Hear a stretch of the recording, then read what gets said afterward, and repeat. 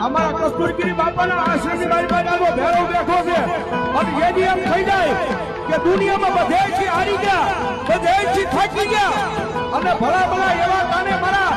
ભેરવની આગળ આશ્રમમાં આવી આવો અને ભલા દુનિયાના થાકેલા હોય